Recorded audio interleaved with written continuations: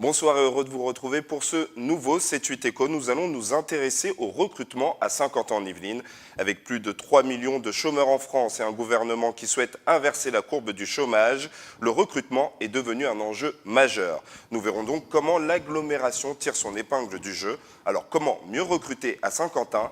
Sommaire. Focus sur le premier séminaire sur le recrutement qui s'est déroulé le 17 octobre à Saint-Quentin-en-Yvelines. L'objectif de l'événement, faire bouger les lignes. Nous ferons un point. Et puis, nous découvrirons l'entreprise 4D Concept. Cette société de conseil aux entreprises qui ne cesse d'évoluer se confronte aux réalités du recrutement. Nous verrons avec elle quels sont ses outils. Et puis, nous recevrons Sandrine Corbin, directrice de l'entreprise Corbin SAS. Nous verrons avec elle les contraintes liées à l'entreprise. Mais on ne peut parler de recrutement sans parler des chiffres du chômage. En France, il y a 3,5 millions de chômeurs. Le 25 octobre dernier, nous avons appris que le chiffre était en baisse de 1,9% au niveau national.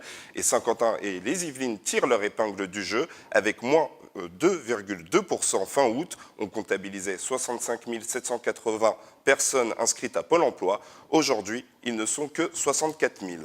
Et pour cause, Saint-Quentin-en-Yvelines, c'est 16 000 établissements français internationaux et près de 145 000 emplois dans des secteurs d'activité diversifiés. C'est le deuxième pôle économique de l'Ouest parisien, après la Défense, et le premier pôle commercial des Yvelines.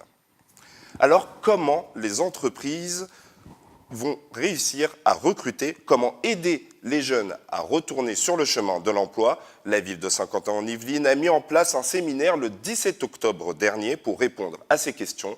Reportage d'Anne-Laure Languille. Une petite centaine de formateurs, recruteurs et entreprises du territoire sont venus échanger leurs idées ce matin. Si les Yvelines restent un département dynamique, il n'en demeure pas moins dans les moyennes nationales avec un taux de chômage d'environ 10%. En cause notamment la difficulté des entreprises à trouver des candidats. La plupart des entreprises, en tout cas ce qu'on a constaté aujourd'hui, c'est qu'elles ont des besoins de recrutement, donc d'emploi, c'est-à-dire des besoins réels d'emploi et qu'elles ont beaucoup de difficultés pour trouver les personnes correspondant à ces emplois. C'est surtout dans les métiers innovants ou émergents que trouver un collaborateur reste difficile. Par exemple, là, on manque de chaudronniers. Voilà, par exemple. Ça, c'est pas un métier innovant, mais c'est un métier qui émerge à nouveau. Face à cela, l'agglomération de Saint-Quentin, qui organise cette journée, se focalise sur l'orientation. Aiguiller les jeunes vers un métier qui leur plaît et pour lequel existe une demande réelle des entreprises, voilà l'étape essentielle pour recréer de l'emploi. Vous ne pouvez pas imposer à des jeunes d'aller dans les filières générales s'ils n'en ont pas envie. Ce n'est pas possible. Vous ne pouvez pas dire à un jeune, il faut que tu fasses un bac S parce que c'est bien pour toi. Ce n'est pas possible. Par contre, il faut également que ce jeune-là soit conscient qu'il y a des filières techniques. Cette journée autour de la formation va permettre deux actions, la création d'un observatoire des métiers émergents et l'organisation de rendez-vous annuels avec l'ensemble des centres de formation du territoire. Objectif, prévoir les défis d'avenir. Faisons un point maintenant sur l'entreprise 4D Concept située à Montigny-le-Bretonneux. Cette PME a une promesse, aider les entreprises et les doter de systèmes documentaires, entre autres. Des promesses innovantes qui ne peuvent être faites sans l'aide de collaborateurs aguerris. Alors comment 4D Concept recrute? Reportage d'Anne-Laure Languille. 4D Concept est une entreprise prestataire en informatique. Les 50 collaborateurs de la société travaillent à Saint-Quentin-en-Yvelines, Lyon ou encore Toulouse. C'est pour cette raison que le recrutement est très important pour l'entreprise qui ne cesse de s'agrandir, mais recruter n'est pas simple. La difficulté pour nous, c'est d'intéresser les candidats à travailler dans une PME.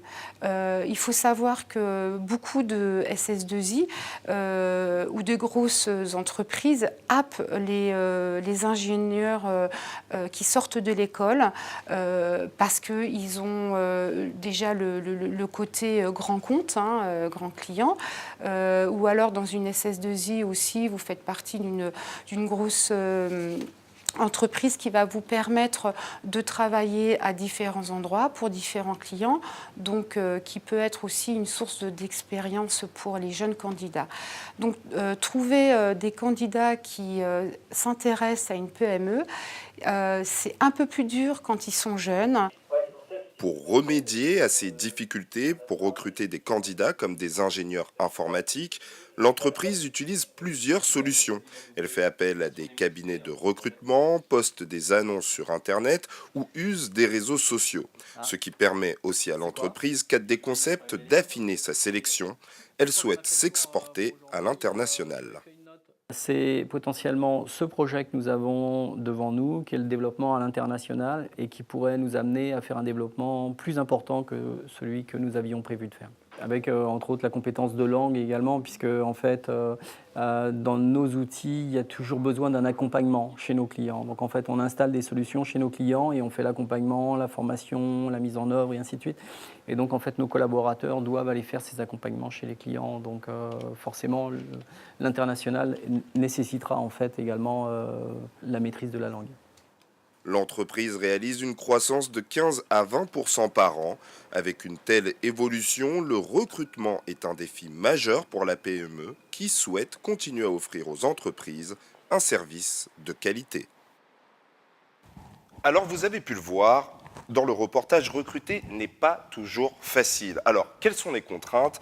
Nous allons en discuter avec Sandrine Corbin, directrice de l'entreprise Corbin SAS.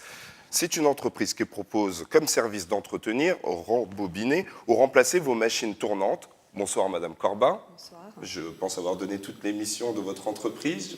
J'ai rien oublié.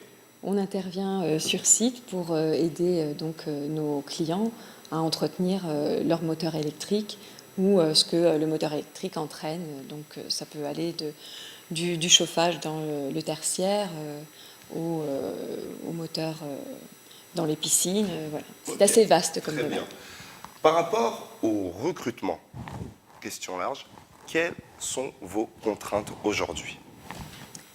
Alors nous, au niveau du recrutement, on est une petite entreprise, on est moins de 10. Il y a 6 salariés, 6 techniciens et j'ai une assistante. On a des techniciens qui ont plus de 20 ans ou voire plus de 10 ans d'ancienneté, donc on ne recrute pas tous les jours. Donc ce n'est pas notre métier. Et de fait, on est un petit peu déconnecté des évolutions. Donc sur ces dernières années, quand on a été amené à recruter, on a fait appel à des cabinets de recrutement. Et donc la contrainte, c'est surtout une contrainte financière pour nous. Il y a en tout cas un accompagnement qui nous a aidés à trouver un technicien en 2013. Qu'est-ce que ça apporte en plus de faire appel à un cabinet? Ça affine la recherche ou est-ce que c'est devenu compliqué? C'est quand même un secteur de technologie de pointe, ce que vous faites. C'est difficile de trouver des personnes?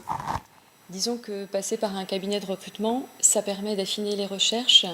Et puis, c'est, disons, dans leur domaine, de faire des sélections. Nous, on est une petite entreprise.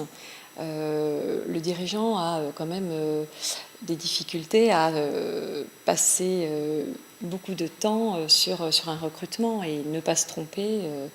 C'est quelque chose de très important pour nous puisque, je vous dis, on est moins de 10.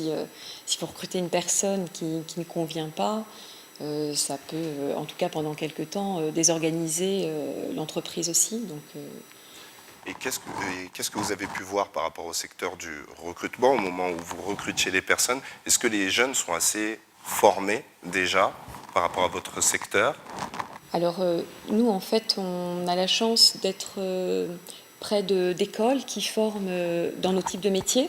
Par exemple, nous, on travaille pas mal avec le lycée des métiers Louis Blériot à Trappes.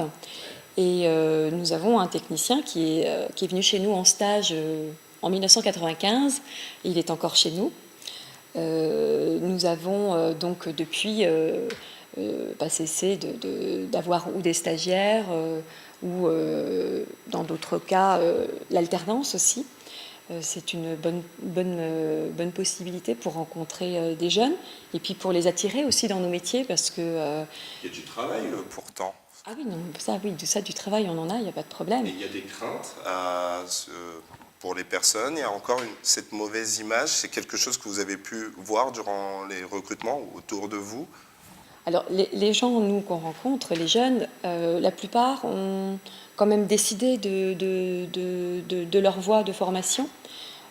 Par contre, il est vrai que quand vous avez un élève, enfin moi-même mon fils est orienté en bac professionnel, je dirais que l'image, quand vous êtes au collège et que vous partez vers une orientation, vous êtes un petit peu mis de côté au sein du collège. Il n'y a pas cette volonté en France d'aider les jeunes qui ne souhaitent pas aller dans les études générales à trouver leur voie. C'est quand même assez compliqué. Et puis les mentalités, voilà.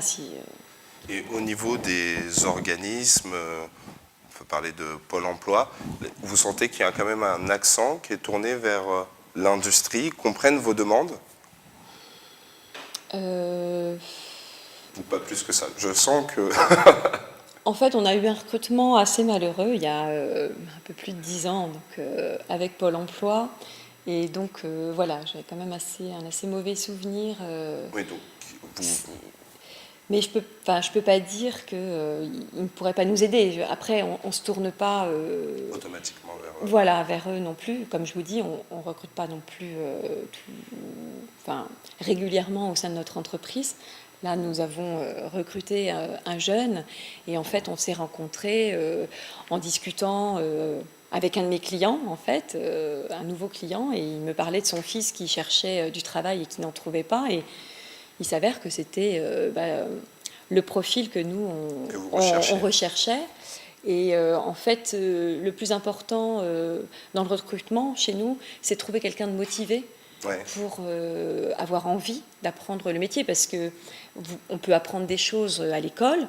En pratique, par exemple, les bacs pro maintenant ont quand même, sur les 3 années, beaucoup de stages. Voilà, ils ont quand même pas mal de périodes de stage. Et donc ça permet d'avoir, en plus de leur pratique à l'école, une pratique terrain qui est importante. Mais c'est nous qui formons quand même, in fine, nos salariés à la spécificité de notre métier et de notre entreprise. Et au niveau de l'agglomération, vous sentez qu'il y a une aide par rapport au recrutement? Vous avez des outils pour vous aider? Alors, sur ces dernières années, moi j'ai rencontré une personne en charge des ressources humaines pour les petites entreprises comme nous, puisque nous, on n'a pas de direction des ressources humaines ou de service des ressources humaines. C'est le dirigeant qui doit être à même de connaître beaucoup de choses, et on demande beaucoup aux dirigeants quand même des petites entreprises. Et de fait, voilà, moi j'avais fait appel et on s'était rencontrés. Il y avait eu des petites formations aussi ponctuelles. Et donc, vous pouvez dire que la ville de Saint-Quentin, en gros, vous aide. Enfin, je pense qu'il y a une volonté, en tout cas, d'aider et de mettre à disposition d'entreprises telles que la nôtre, voire de grands, puisqu'on avait fait un petit déjeuner. Ah ouais. Il y a quelques semaines. Non, mais j'ai bien compris. En tout cas, je vous remercie, Madame Corbin, et c'est un sujet vraiment très important. On passe maintenant à l'agenda.